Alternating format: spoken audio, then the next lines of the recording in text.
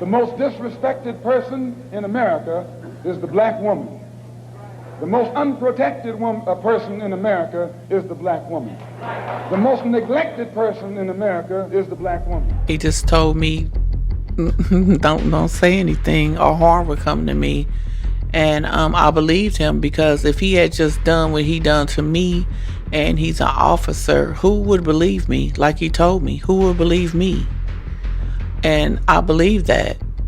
Who would believe me? I was just a average black woman I was still young. I was just an average black woman. And who would believe me over him? So I kept my mouth closed. Hello everyone, it's QueenVLionz back to you with another video. This video pertains to a former Kansas City police detective and allegations weighed against him that spanned over 26 years. He was set to go to trial on December 2nd, 2024. It has been confirmed that Roger Goldsby unfortunately unalived himself. Now, the Kansas Bureau of Investigation stated in part, there are no indications of foul play in the unaliving of Roger Goldsby. Reports stated that Goldsby was found unalived on his back porch after a resident reported hearing a gunshot. Law enforcement set up a crime scene outside Goldsby's home on the same day. Prosecutors allege that for decades, Goldsby was targeting black women and girls and was terrorizing female residents of poor neighborhoods in Kansas City. They feared if they crossed paths with Goldsby, he would demand favors and threaten to harm or jail their relatives. Goldsby was facing 6 felony counts of violating women's rights. Other allegations included assault, abuse, kidnapping, and trafficking. 5 women filed a lawsuit not only against Goldsby, but Kansas City and 3 former Kansas City police officers, alleging their rights were violated. Reports also state that there's a double homicide case in which Goldsby investigated, which resulted in an exoneration.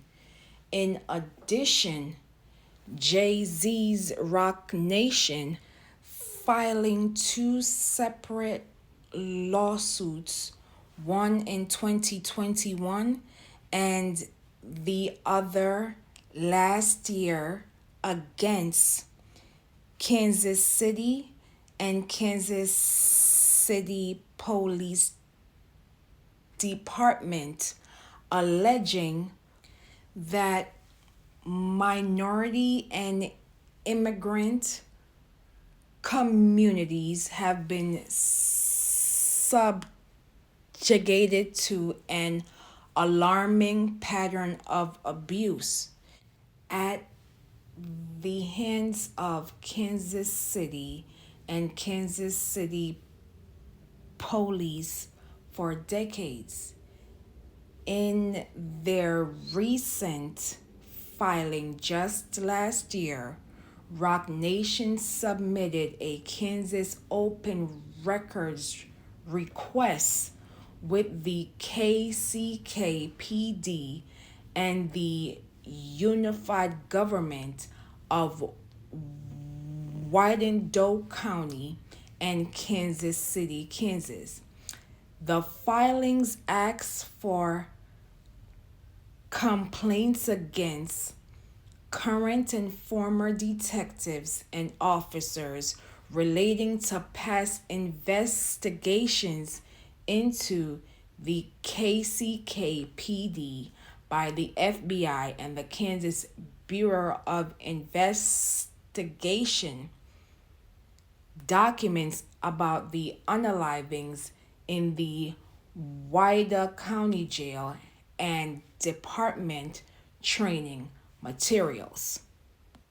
In the 2021 lawsuit, Roc Nation argued that the department should be compelled to release records that would reveal complaints made against officers, as well as records the department supplied to the FBI and other law enforcement agencies about its own employees.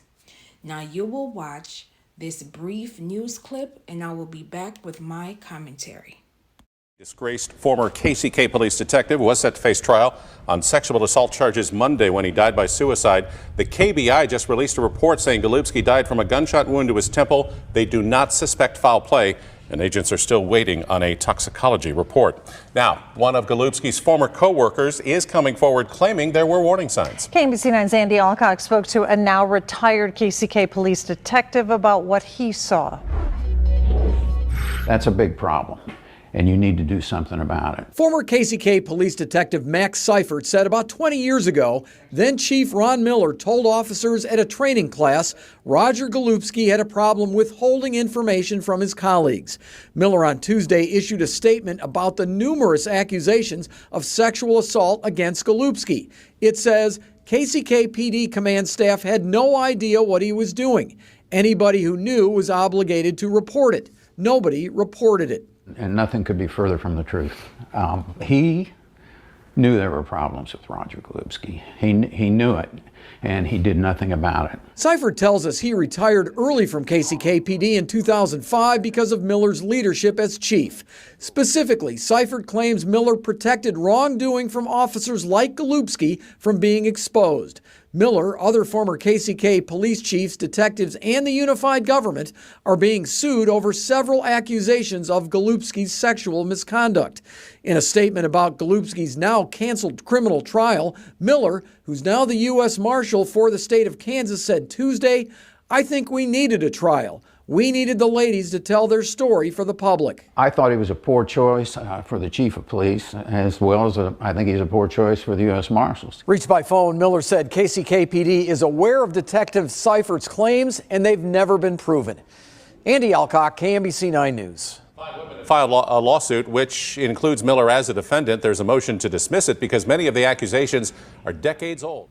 I cannot begin to imagine what this community is facing as these communities that are considered vulnerable went through because one man and other entities weaponized their authority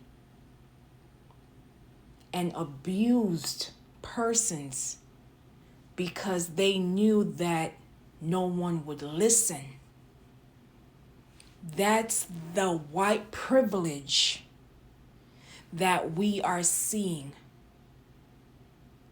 in real time, in which allegations are being brought up against Golubski and other former and current officers about them abusing their authority and violating people's civil rights, and nothing is being done.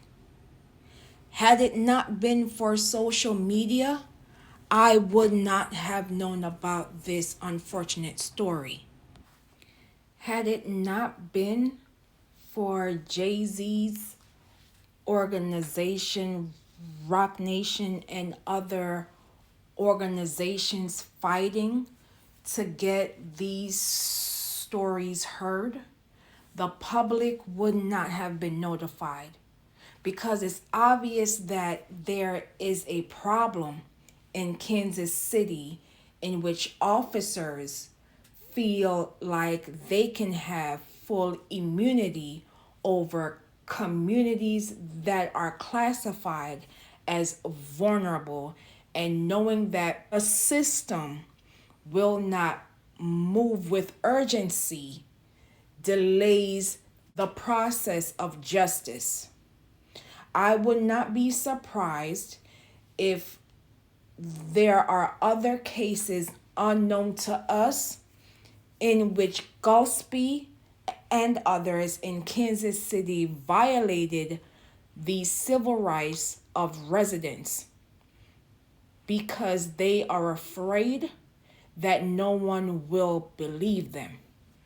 And speaking of immunity, the twice impeached, 34 times convicted felon stated that he would indeed give full immunity to officers. So please do not be surprised if these types of stories are not aired to the public. We must be mindful that for every action there's a reaction, and that persons are going to pay the unfortunate price because persons thought this election cycle was a joke. It should also be noted that this is not the first time that controversy has been surrounding Kansas City, alongside neighboring Excelsior Spring in Missouri, where Timothy Haslett Jr. is being charged with first-degree assault, first-degree kidnapping, second-degree assault, in addition to being indicted on homicide charges of Janine Crossdale, who was found last year. His pre-trial conference will be held next year, October 2025, while his trial date is set for December 2025. Again, Black women were his targets, in which residents of Kansas City and Excelsior Springs were begging officers to search for Black women that were unaccounted for. Prosecutors allege that Haslett assaulted, detained a Black woman against her will for weeks. The woman escaped while Haslett was dropping off his child at school. Officers, once they arrived at his home, discovered a dungeon-like cell in his basement, painted black and equipped with several devices to restrain the woman. Now, the Kansas City police denied allegations that they were not following through with concerns of missing Black women, stating in part, there are no current missing persons reports which correspond with evidence examined. So once again, Black women are informing Kansas City police departments, and other authority personnel that persons are missing and that they have an officer who is weaponizing his authority with others, undermining vulnerable communities, and they did nothing. We live in a society where Black women, where persons within the Black community must bring evidence when they are the victims. The mental gymnastics, the mental and physical trauma that these victims have gone through because the system refused to listen is an issue that we must all address.